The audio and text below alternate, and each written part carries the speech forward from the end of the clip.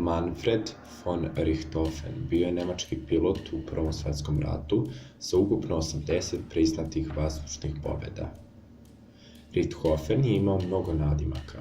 Nemci su ga zvali borbeni letač, Francuzi mali crveni ili crveni đavo, ali nadimak crveni vitez ili baron dali su mu Englezi, po kom je prepoznatljiv i danas.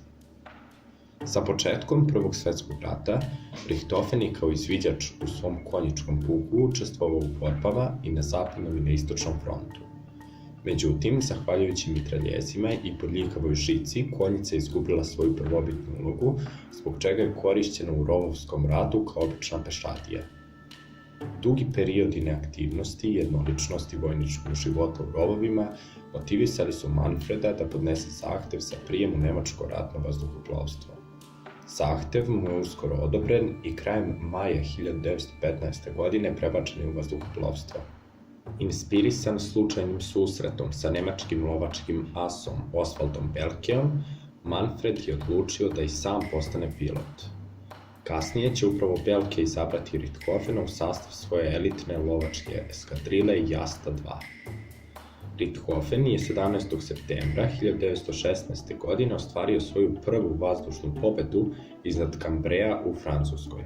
Posle svoje 18. pobede, Richthofen je odlikovan najvećim nemačkim vojnim odlikovanjem u Prvom svjetskom ratu, ordenom za zasluge Plavi Max. 1917. godine prelazi na bolji avion Fokker 1 po kom je bio prepoznatljiv. U januaru 1917. godine Richthofen je preuzeo komandu nad Jastom 11, u čijem sastavu su se nalazili neki od najpoznatijih nemačkih pilota, koji je u najvećem broju slučajeva obučavao upravo crveni baron. Avioni Jast 11 imali su crvene oznake, dok su neki bili potpuno ofarbani u crvenu boju. Eskadrila je najčešće bila smeštena u šatorima kako bi bila bliže liniji fronta i kako bi lakše izbegla neprijateljska bombardovanja. Zbog ovakvog imidža Jast 11 dobila je nadimak leteći cirkus ili Richthofenov cirkus.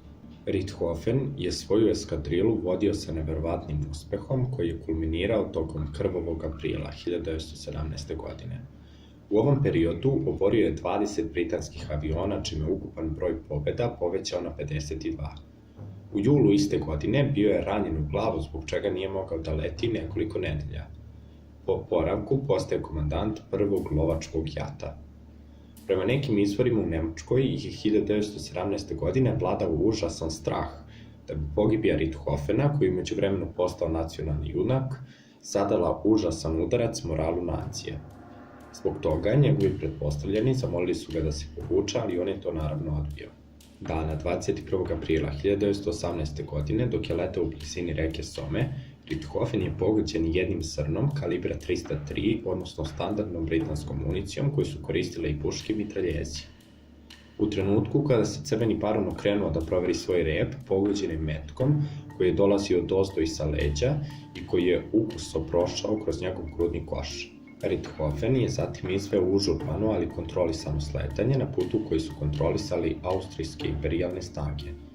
Njegov Fokker nije oštećen prilikom sletanja, ali prema nekim izvorima Richthofen je izdahnuo nekoliko sekundi nakon što su australijski vojnici stigli do njega.